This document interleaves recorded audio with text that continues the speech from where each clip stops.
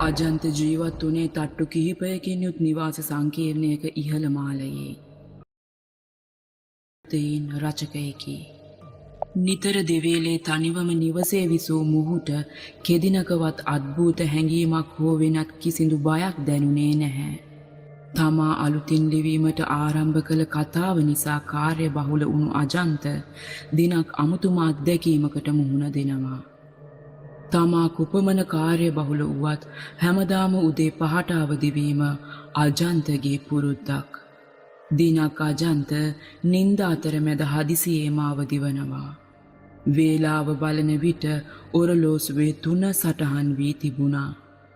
ඔහු ජීවිතයේ කෙදිනකවත් මෙලෙස නින්ද අතරමැද අවදි වී තිබුණේ නැහැ. තමාට දැනුණු අධික පිපාසය නිසා වතුර ටිකක් පානය කිරීමට ඔහු ශීතකරණය දෙසට ඇවිදගෙන යනවා. ඒ ගොස් ශීතකරණය විවෘත කර වතුර පානය කර නැවතත් ඇඳට පැමිණ ඔහු නින්දට වැටෙනවා.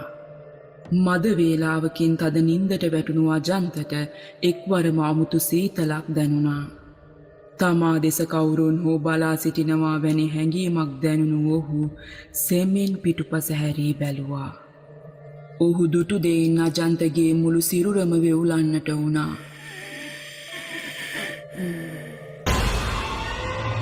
ඔහු එකවර අවදි වුණා.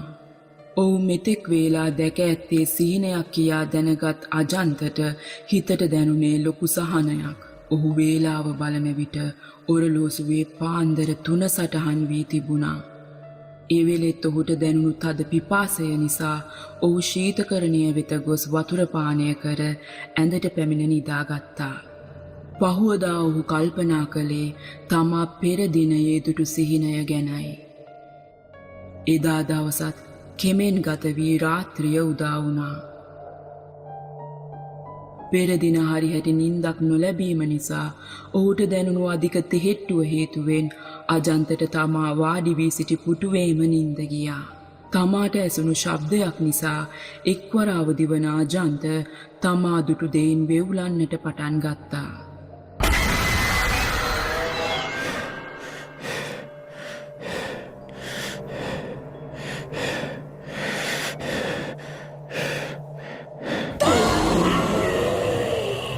තමා ඉදිරියේ සිටි කාන්තාව තමා දෙසට පැමිණෙනවත් සමගම ඔහු නින්දෙන් අවදි වනවා.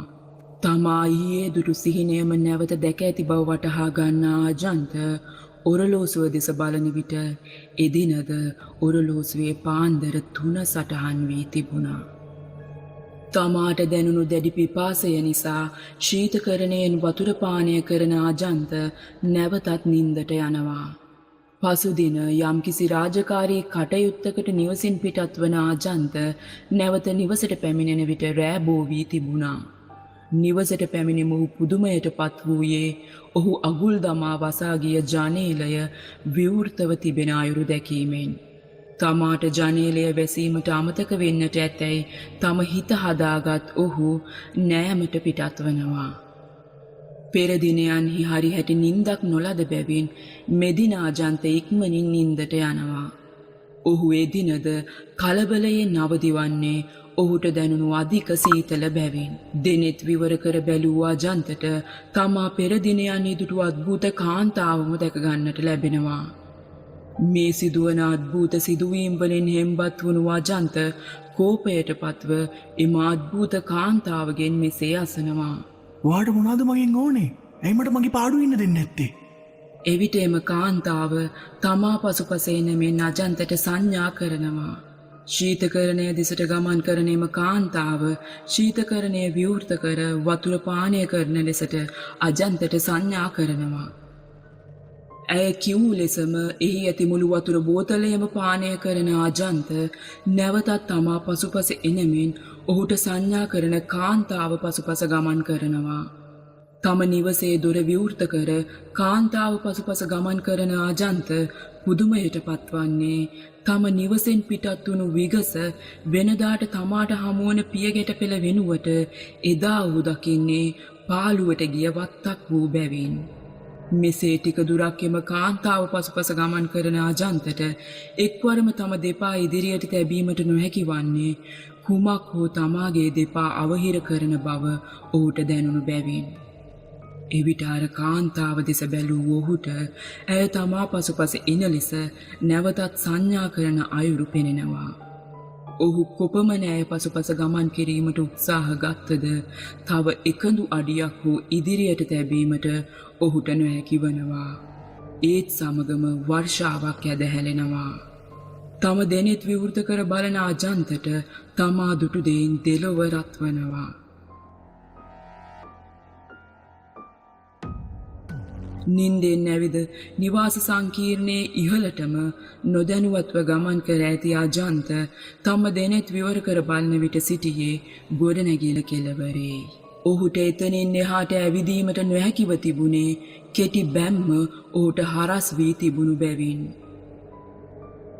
බියට පත්වී නැවත තම කාමරය දෙසට දුව එන අජන්ත ශීතකරණය දෙසට ගොස් වතුර පානය කිරීමට හදන විට ඔහුට දැකගත හැකි වන්නේ වතුරයයි සිතා තමා නින්දෙන් පානය කර ඇති හිස් වූ මත් පැන් බෝතලයයි.